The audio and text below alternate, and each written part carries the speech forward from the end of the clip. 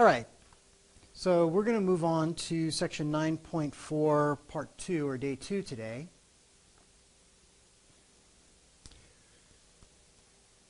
And we started yesterday talking about the algebraic approach to working with vectors. We've got 4 examples for you today. I'll try and make this as quick as possible, but there's a variety of different problems in here that I want to take a look at with you. First thing I want to do is I want to talk to you guys about the idea of a unit vector.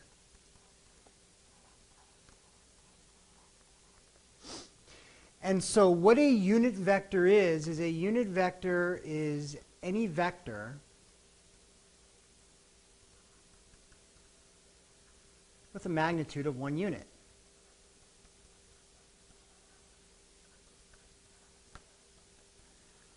One Newton, 1 mile per hour, whatever it happens to be. It's a magnitude of 1 unit. So it's a very short little unit vector, or a very short little vector, and maybe it's something that looks like that, where the length of this thing is 1 unit. And the direction can be whatever it needs to be. The direction has nothing to do with it. Unit vectors pop up in a couple of different places. So the first problem I want to talk to you about is how you change a vector, any vector, into a unit vector that's in the same direction as the original. This is something that they're going to ask you to do on the homework, and then we're going to talk about some specific predefined unit vectors that we use for expressing vectors algebraically as well. So the first thing I want to do is I want to give you a vector. Let's say that vector v has components 3, let's say 3, 6. So we have a vector that goes 3 units to the right and 6 units up. So maybe it's something that looks more or less like that.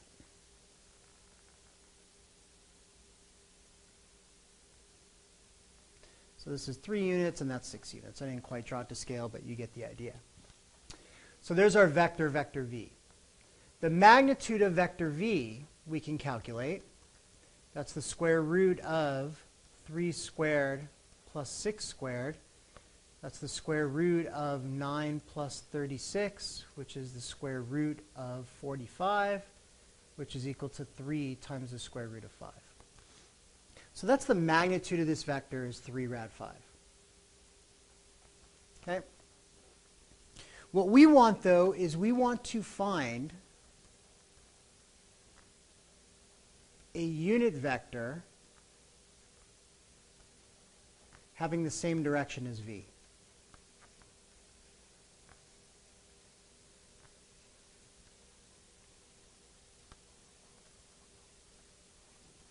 In other words, we want this angle theta to be the same, but what we want to do is we want to shrink this thing down so that its length is 1 unit. And the way you do this is actually very easy. The way you find a unit vector in the same direction as v is you take 1 over the magnitude of v times vector v. So basically you take a vector and you divide its components by its magnitude. Right? So if you have a vector that's 2 units long, you cut it in half. If you have a vector that's 4 units long, you cut it by 1/4. And that shrinks it down to a length of 1 unit.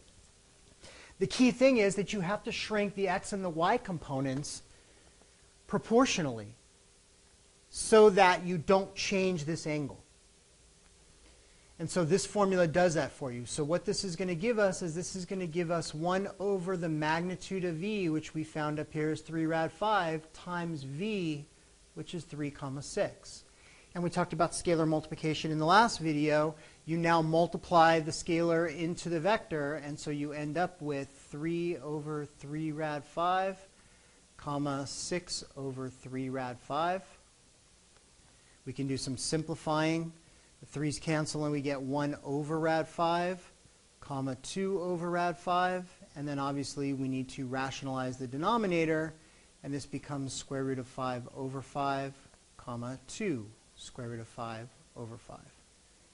It turns out that this vector, if we were to sketch it out, would be this vector right here, where this is rad 5 over 5, and this is 2 rad 5 over 5, And that would give us a vector, a resultant, with a length of 1 unit, but we still have the same direction angle theta.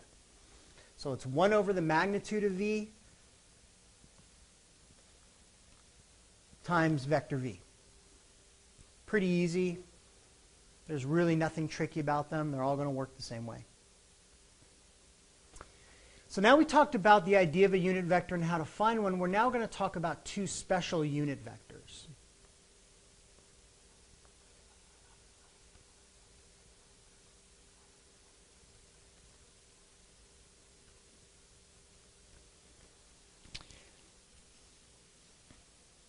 And these special unit vectors are named vector I, and vector j.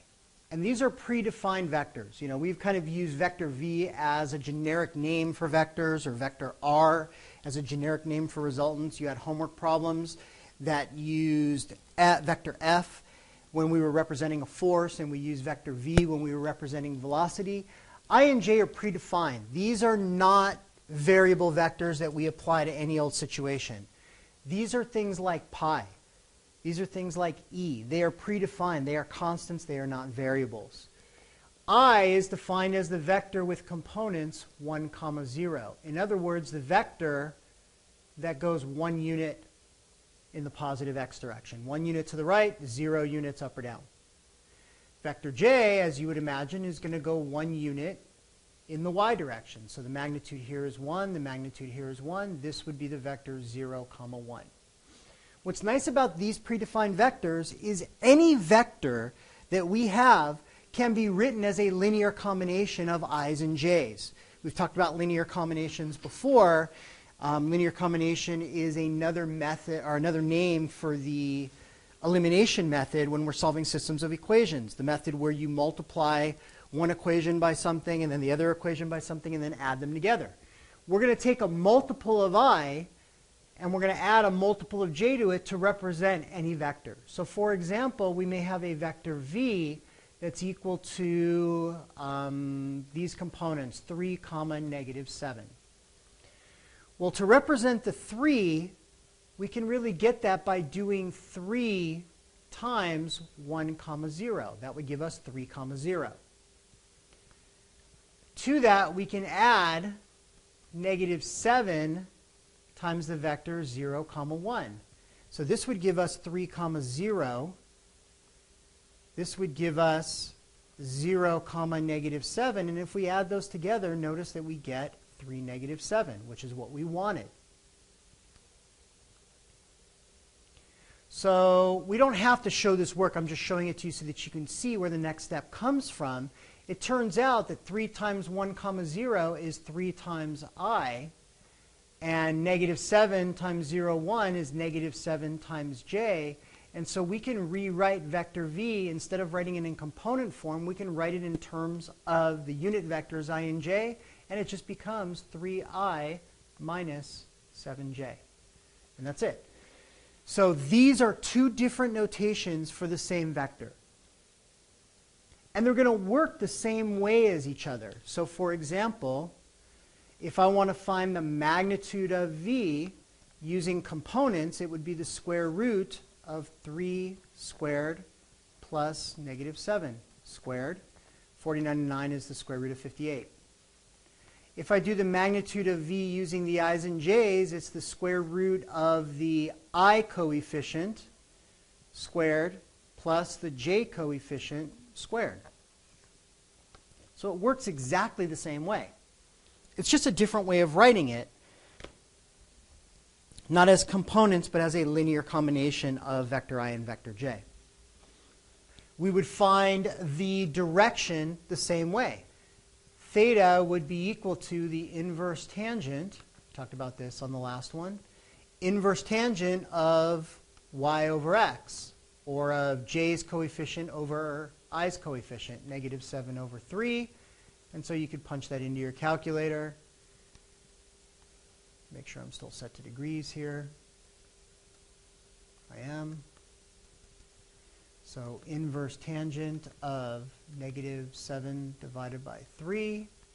And so we get an angle, a direction of this vector of -66.8 degrees. Now, if you think about it, that vector is going down this way, right? It's pointed down this way, right? It's going over 3 and down 7, so that makes perfect sense. This is negative 66.8. Again, there's nothing wrong with writing the direction this way. You could add 360 to it if you want to. And that would give us, what, 293.2? Did I do that correctly? 350, 359, 360, I believe that's correct. So you could go around this way, but you could express it either way. There's really no need to have to change that. Because remember, we're using standard position, and in standard position, unless they give us some kind of constraints, there's nothing wrong with a negative angle. So you can do it either way. All right. So that's I and j. Hopefully that's simple enough. It really is. We can likewise take any vector that's given as I and j, like 17i minus 35j, and that's really just the vector 17 comma negative 35. So we can always change freely back and forth, whatever we want.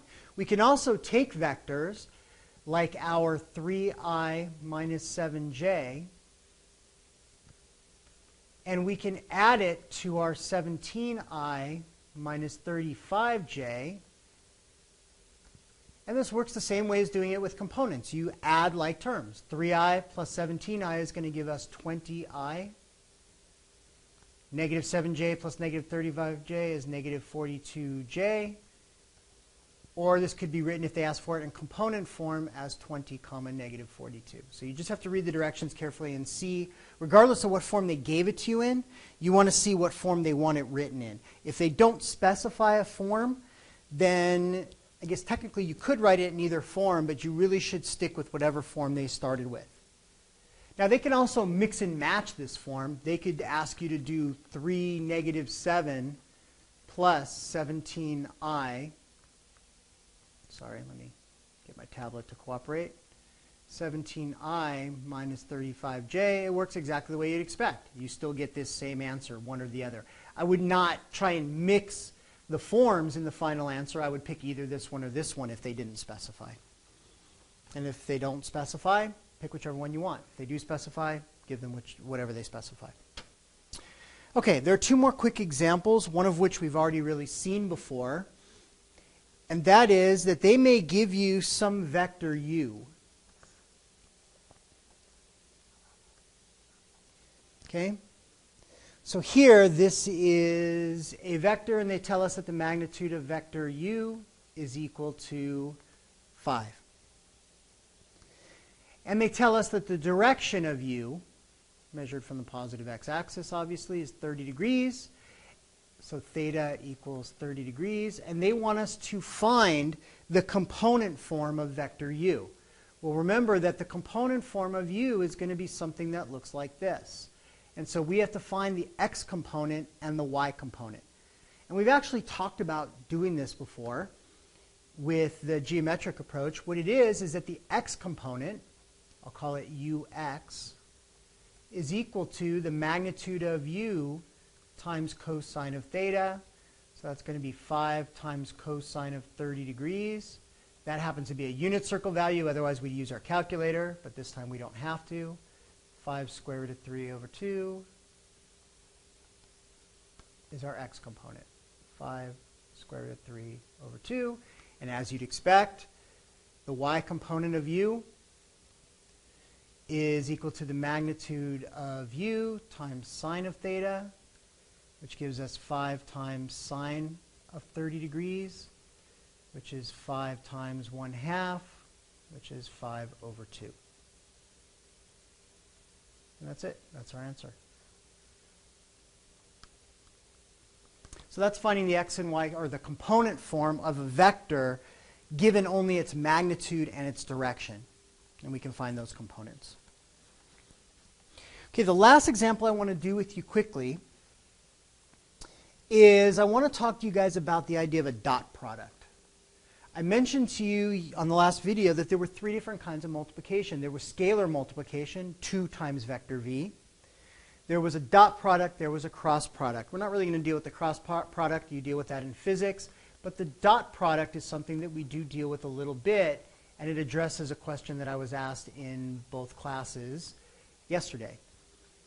The dot product of two vectors. So let's say we have vector u, which has components u1, comma u2, and we have vector v, which is equal to v1, comma v2 as its components.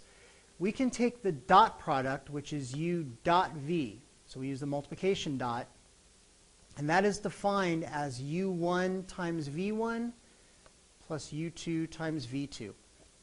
Notice, no brackets, no i's and j's, no components. These are numbers. This gives you a scalar value, is what it gives you. So for example, if I have vector u is equal to 2, comma, negative 5, and vector v is equal to negative 7, comma, 1, then u dot v is equal to 2 times negative 7 plus negative 5 times 1. That's equal to negative 14 plus negative 5, which is equal to negative 19. So there's our dot product. So it's really just that simple. Notice it gives you just a regular number, a scalar. It does not give you another vector. Now, when you do the cross product takes two vectors and gives you another vector as an answer. We're not going to deal with that in here. You can talk to your physics teachers about that one. I believe where the cross product, if memory serves me, pops up is things like magnetic and electrical fields. So if you have copper wire hooked to a battery wrapped around a steel rod, it is going to put out a magnetic field, and to determine which direction that magnetic field goes, I believe that's where you use cross products of vectors. I could be remembering that incorrectly, but all right. Where we are going to see this pop up is the question popped up yesterday. Actually, you know what? Let me not erase that because we're going to need that number. I might as well use the same number again. I'm just going to move this over here to make some room. Let's just move it up here to make some room. Okay. We have these two vectors, 2, negative 5, negative 7, 1, and the question popped up yesterday. How do we find the angle between two vectors when it's not given to us? So the way that you do it is there's a formula, and that formula to find the angle between two vectors, if the angle between them is theta, it turns out that the cosine of theta is equal to the dot product, so u dot v, over the magnitude of u times the magnitude of v. And so theta is then the inverse cosine of that. So the cosine of theta in this case is going to be u dot v, which we already figured out is negative 19, divided by the magnitude of u. So that's the square root of 2 squared plus negative 5 squared. That's the square root of 29. Times the magnitude of v, which is the square root of 49 plus 1, which is the square root of 50. And so theta is equal to the inverse cosine of this value. I'm not going to write it again. I'll just do this. And so when we punch that into our calculator, we get negative 19 divided by parentheses square root of 29 times square root of 50.